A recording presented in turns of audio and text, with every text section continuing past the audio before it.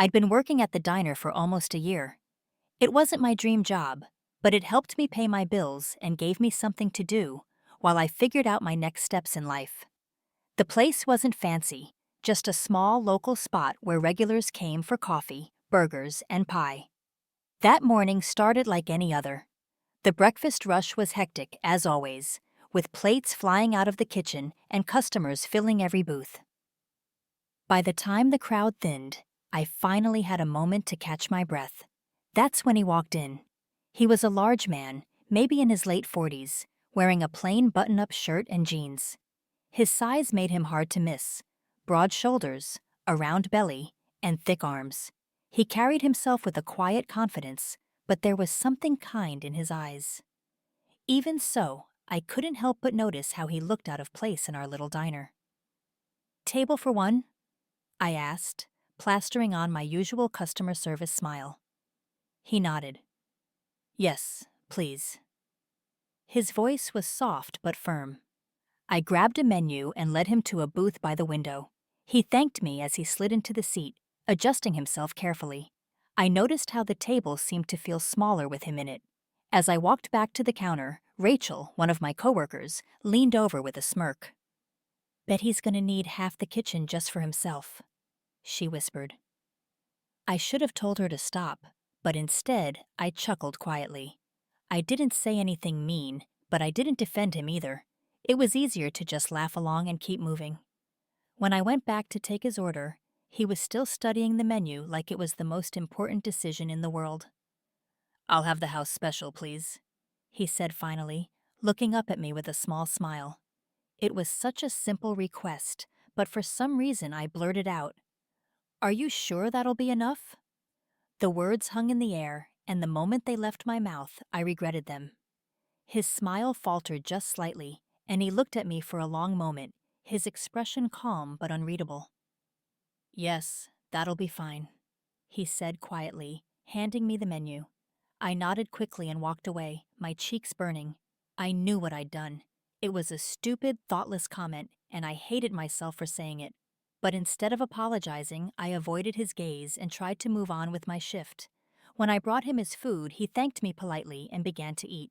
He didn't seem angry or upset, but there was something about the way he sat, calm and composed, like he was used to moments like this. As he ate, he occasionally jotted notes in a small notebook he had with him. I couldn't stop wondering who he was and why he was there. The rest of the day went by in a blur, but I couldn't stop thinking about the man in the booth. He'd finished his meal quietly and stayed for a while, writing in his notebook. He didn't bother anyone or ask for anything else, and yet I couldn't shake the guilt gnawing at me. Toward the end of my shift, something unexpected happened. Mr. Howard, the diner's manager, came out of his office.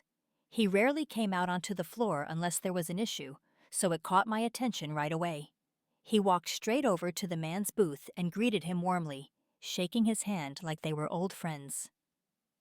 "It's so good to see you, Mr. Richardson," Mr. Howard said, grinning from ear to ear. "Likewise," the man replied with a nod. "The place looks great.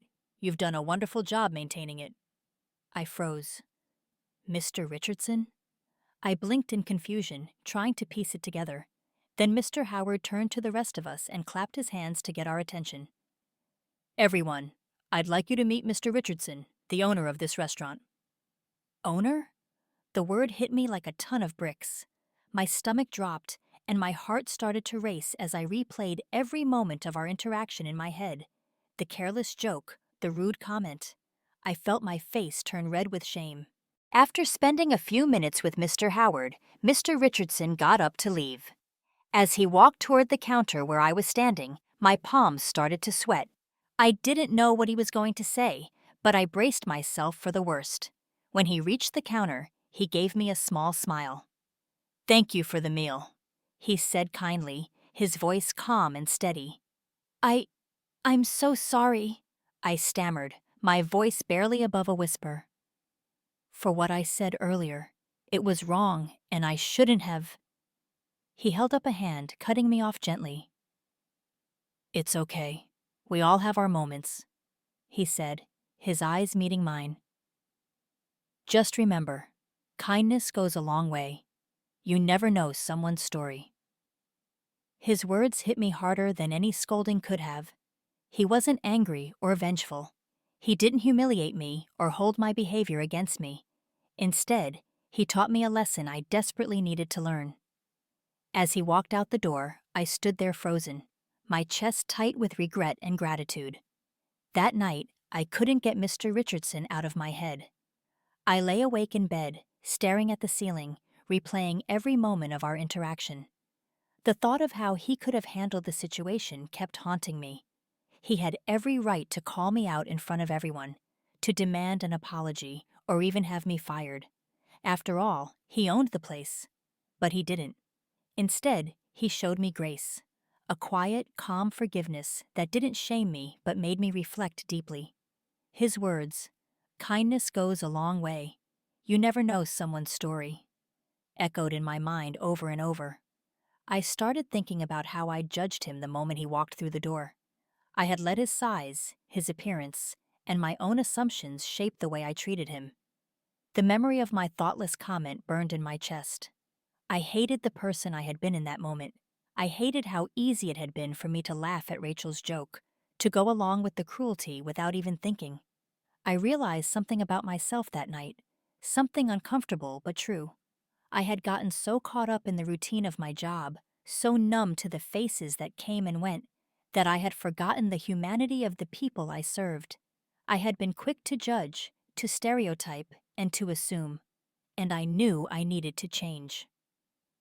The next morning, I stood in front of the diner's mirror before my shift, looking at my reflection. I made a promise to myself right then and there. No more careless words, no more thoughtless jokes. Every person who walked through that door deserved kindness and respect, no matter who they were or what they looked like. A few weeks later, Mr. Richardson came back to the diner. I recognized him the moment he stepped through the door, and my heart skipped a beat.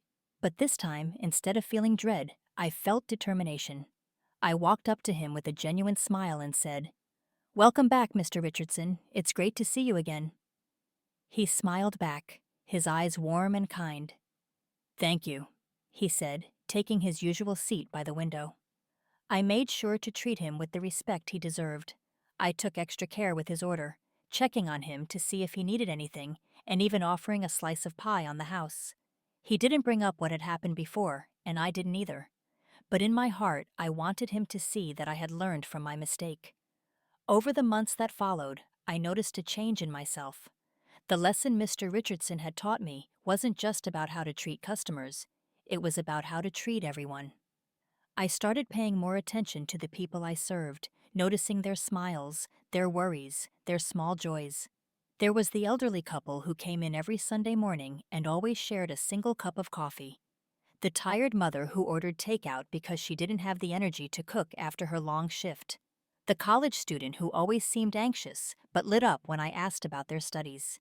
Each of them had a story, a life beyond the brief moments they spent at our diner.